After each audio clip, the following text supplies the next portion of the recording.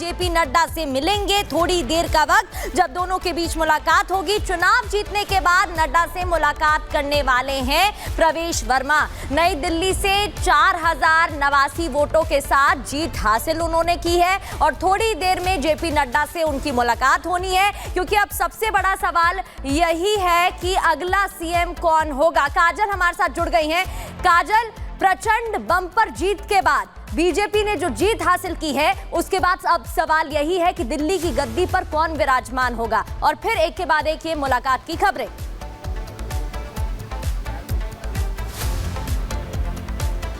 जी बिल्कुल, जैसा कि आपने कहा कि दिल्ली की गद्दी पर कौन विराजमान होगा, यह असमंजस अभी हमें भी है, क्योंकि लगातार बैठकों का जो है वो दौर चालू है। लगातार बैठकें हो रही हैं, लगातार नेता जो है वो दिल्ली प्रदेश कार्यालय पहुंच रहे हैं, जहां पर एक मीटिंग हो रही है। लेकिन दूसरी तरफ प्रवेश वर्मा नई दिल्ली से चुने गए नवनिर्वाचित जो विधायक हैं, वो थोड़ी देर में जेपी नड्डा के आवास पर पहुंचेंगे और यहाँ पर मीटिंग जो है वो रखी गई है। लेकिन एक तरफ जहाँ जेपी नड्डा के आवास पर थोड़ी देर में प्रवेश वर्मा पहुंचेंगे, तो दूसरी तरफ जितने भी नवनिर्वाचित जो विधायक हैं बीजेपी के, वो प्रदेश कार्यालय पहुंचे हुए हैं। वहां भी एक संगठनात्मक जो है वो बैठक चल रही है। तमाम जो पदाधिकारी हैं वो वहां पर मौजूद है।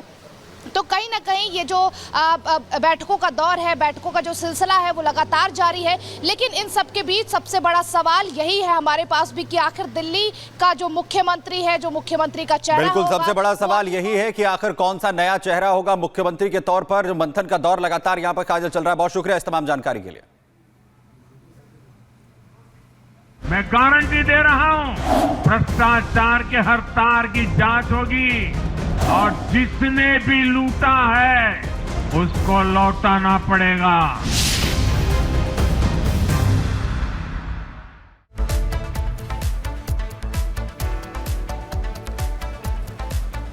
भैया बात करते हैं दिल्ली विधानसभा चुनाव में करारी हार झेलने के बाद क्या अरविंद केजरीवाल की मुश्किलें कम हो जाएंगी। दिल्ली चुनाव के जब से रिजल्ट सामने आए हैं, उसके बाद आम आदमी पार्टी को लेकर बड़े कयास लगाए जा रहे हैं और साथ ही साथ अब यह कहा जा रहा है कि अब हार के बाद क्या अरविंद केजरीवाल जेल एक बार फिर से जाने वाले, क्योंकि जब संबोधन प्रधानमंत्री नरेंद्र मोदी का हुआ तो सबसे पहले उन्होंने यही कहा कि जिन्होंने लूटा है उन्हें लौटाना पड़ेगा। देखिए जरा।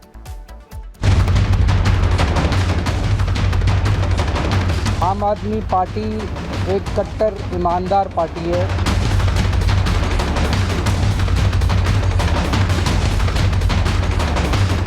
अरविंद केजरीवाल ने जिस भ्रष्टाचार को दिल्ली से उखाड़ फेंकने का दम भरकर साल 2013 में सत्ता का स्वाद चखा था, दिल्ली से जिस भ्रष्टाचार को मिटाने का दम भरकर साल 2013 में शीला दीक्षित को ललकारा था, आज बीजेपी ने उन्हें उसी भ्रष्टाचार का सबसे बड़ा प्रतीक बना दिया है। बीजेपी का दांव ऐसा चला कि आम आदमी पार्टी के मुखिया अरविंद केजरीवाल किनारे लग गए और प्रवेश वर्मा उनके खिलाफ मोर्चा खोलकर जीत के नायक बन गए। लेकिन हार के बाद भी केजरीवाल की मुसीबत खत्म होती नहीं दिख रही, क्योंकि जिस भ्रष्टाचार को मिटाने की कसम खाकर केजरीवाल सत्ता में आए थे, अब उसी भ्रष्टाचार को खत्म करने की जिद पर अड़ गए हैं प्रधानमंत्री मोदी। प्रधानमंत्री मोदी ने ऐलान कर दिया कि अगर भ्रष्टाचार हुआ तो भ्रष्टाचारी बचकर नहीं निकल पाएंगे। मैं गारंटी दे रहा हूं, पहले विधानसभा सत्र में ही सीएजी की रिपोर्ट सदन में रखी जाएगी। भ्रष्टाचार के हर तार की जांच होगी और जिसने भी लूटा है उसको लौटाना पड़ेगा। साफ है, भ्रष्टाचार की जांच होगी तो सियासत में उबाल भी आएगा, गिरफ्तारियां भी होगी और कट्टर बेईमान मॉडल का पर्दाफाश भी किया जाएगा। जिस पार्टी का जन्म ही भ्रष्टाचार के विरुद्ध हुए आंदोलन से हुआ हो, वही भ्रष्टाचार में लिप्त हो गई। ये देश की ऐसी पार्टी बनी जिसके मुख्यमंत्री, मंत्री भ्रष्टाचार के आरोप में जेल गए, जो खुद को ईमानदारी का सर्टिफिकेट देते थे और दूसरों को बेईमानी का मेडल देते घूमते फिरते थे, वो खुद भ्रष्टाचारी निकले। दिलचस्प बात है कि जो केजरीवाल पूरे चुनाव और खुद को कट्टर ईमानदार साबित करने में जुटे रहे, वो ये कहते रहे कि उन्होंने कोई घोटाला नहीं किया है और बीजेपी उन्हें फंसा रही है। वो खुद जनता को ये बोलते रहे कि अगर जनता ने बीजेपी को वोट दिया तो उन्हें जेल जाना पड़ेगा। अपनी पार्टी एक कट्टर ईमानदार पार्टी है। हम सब जानते हैं कि ईमानदारी का रास्ता बड़ा कठिन रास्ता होता है। आज अगर हम इन लोगों की तरह बेईमान हो जाएं, तो हमारी सारी समस्याएं खत्म हो जाएंगी।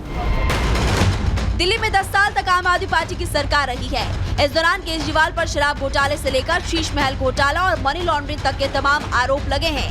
केजरीवाल जेल तक जा चुके हैं, लेकिन माना जा रहा है कि वो तो केवल ट्रेलर था, असली पिक्चर अब शुरू होगी।